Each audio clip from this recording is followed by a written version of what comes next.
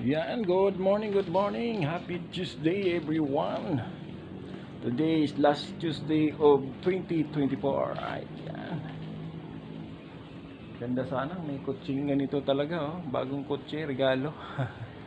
Ayan, sa ninangin ng mga anak ko yan. Niregaluhan yung magulang na sa ano, bagong sasakyan. Sana all. So, Happy New Year!